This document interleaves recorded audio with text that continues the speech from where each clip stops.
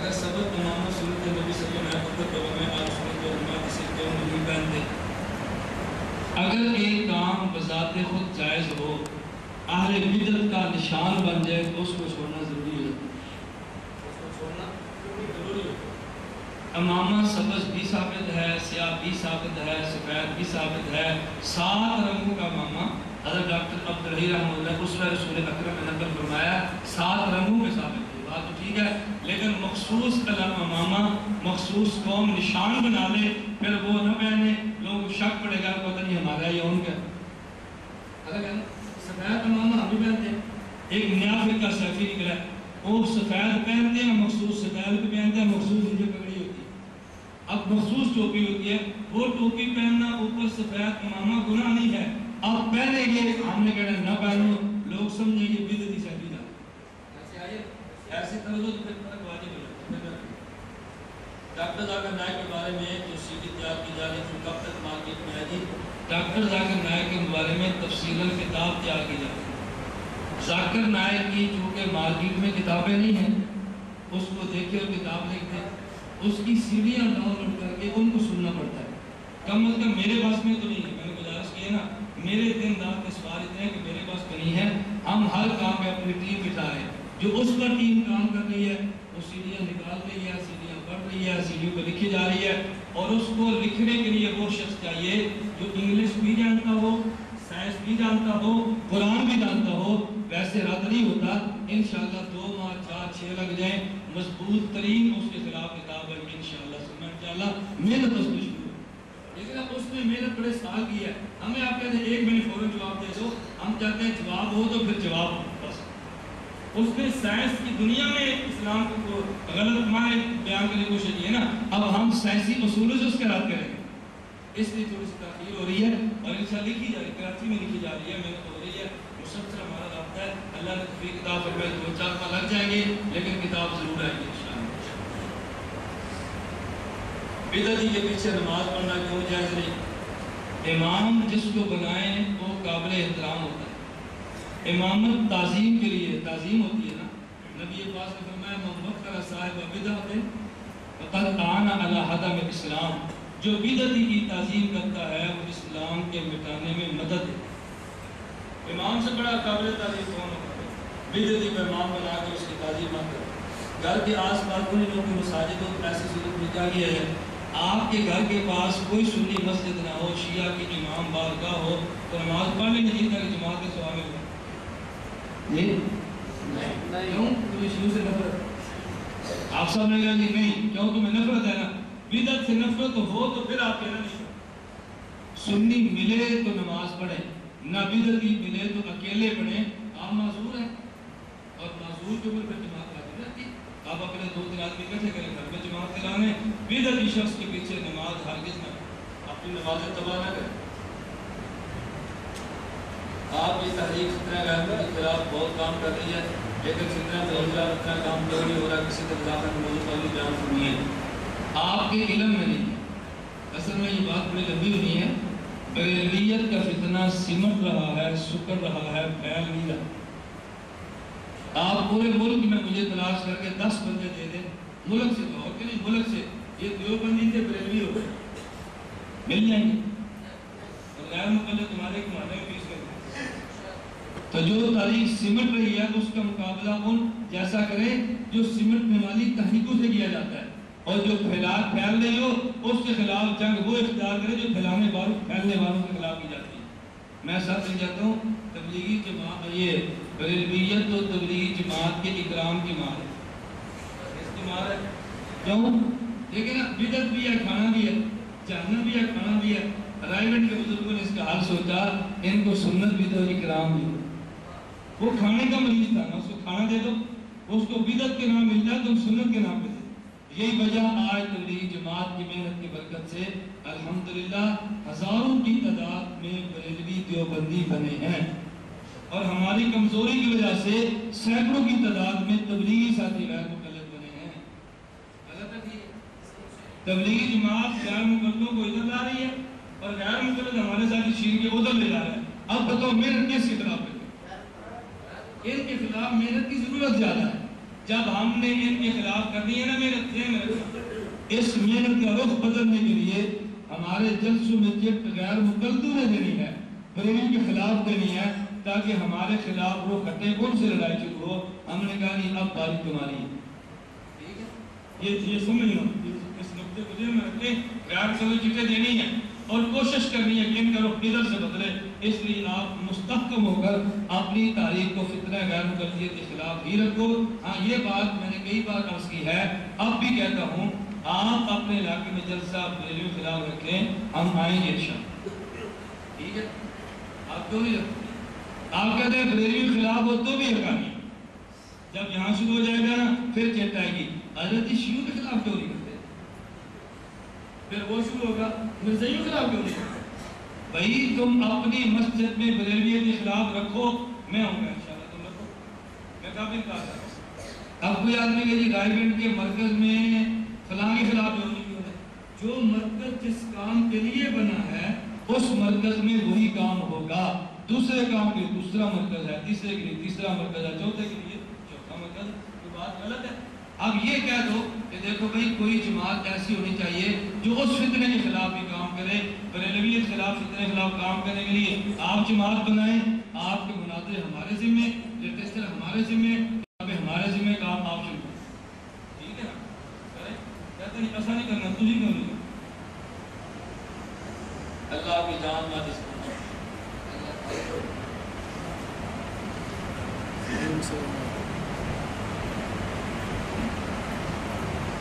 بطر ایک نہیں ہے، بطر تین، بطر ایک نہیں ہے، بطر چیٹ اس نے لکھی ہے، بڑے سلیقے غیر مقلد چیٹ لکھواتے ہیں نا، ہمارے ساتھ ہی سمجھتے ہیں، چیٹ لکھی ہے کیا ایک رکعت بطر ثابت ہے؟